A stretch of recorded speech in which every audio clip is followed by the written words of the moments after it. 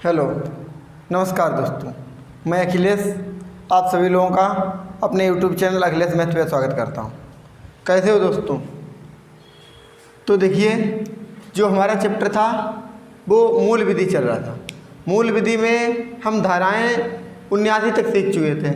आज हम धारा 80 से शुरू करेंगे। कहाँ से शुरू करेंगे? धारा 80। तो देखिए, धारा 80 क्या है?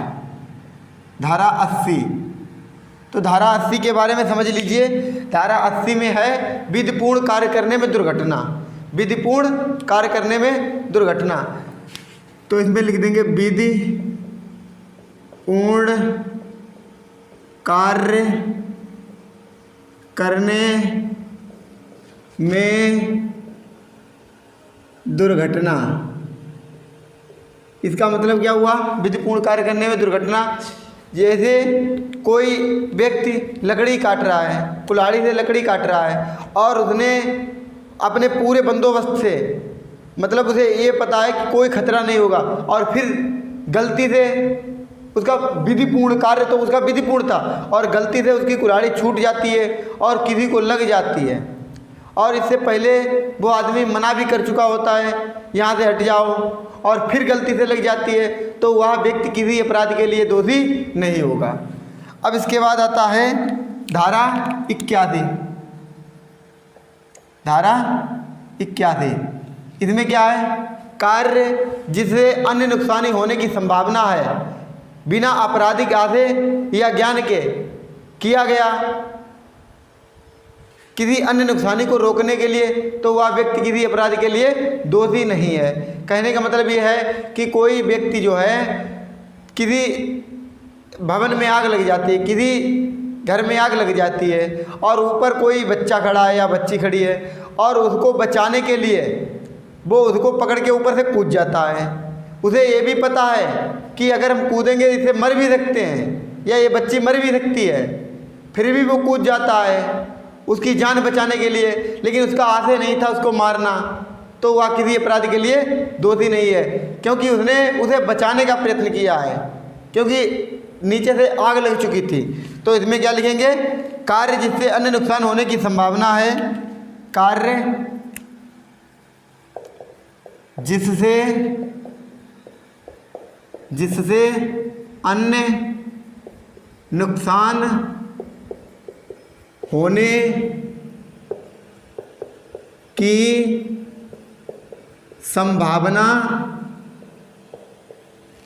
संभावना है। कार्य जिससे अन्य नुकसान होने की संभावना है बिना आपराधिक या ज्ञान के, बिना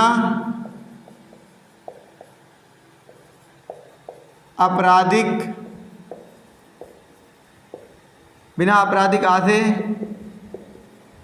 या ज्ञान के। उसका कोई आशय नहीं था अपराध करना और उसे ज्ञान भी नहीं था किसी नुकसानी को रोकने के लिए, किसी नुकसानी को रोकने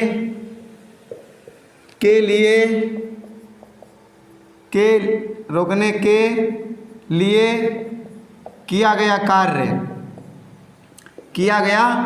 कार्य अपराध नहीं है।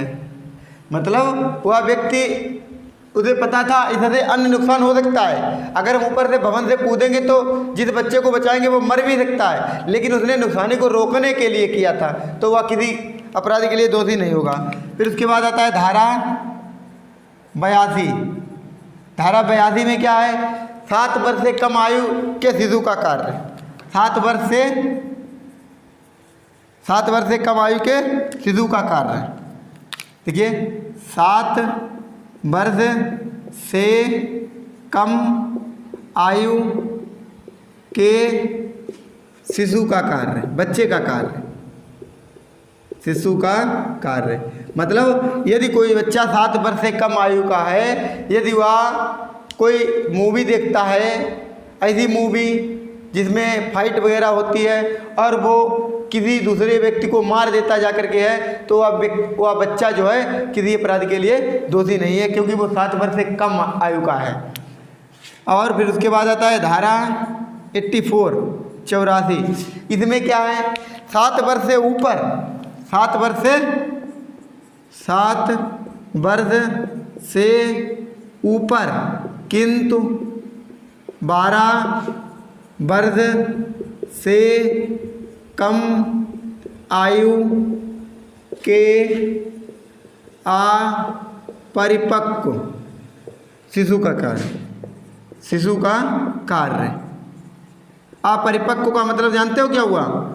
शिशु का कार्य हुआ किसी अपराध के लिए दोषी नहीं है।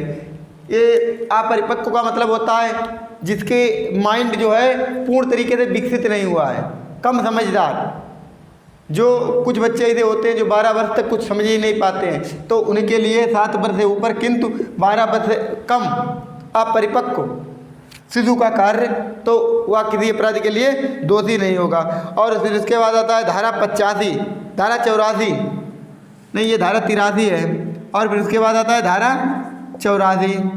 धारा 84 में क्या है, चित्र विकृत व्यक्ति द्वारा किया गया कार्य। क्या आता है? चित्र विकृत व्यक्ति द्वारा किया गया कार्य, तो वह भी किसी अपराध के लिए दोषी नहीं होगा। चित्र विकृति का मतलब होता है पागल व्यक्ति द्वारा किया गया कार्य। किसमें छूट है? धारा 84 के अंतर्गत पागल व्यक्ति को छूट है। तो आज के लिए इतना ही, फिर वीडियो लंबी हो जाएगी, फिर आगे की जो धारा है वो अगले वीडियो में समझाएंगे। तब तक के लिए बाय बाय, टेक केयर, धन्यवाद।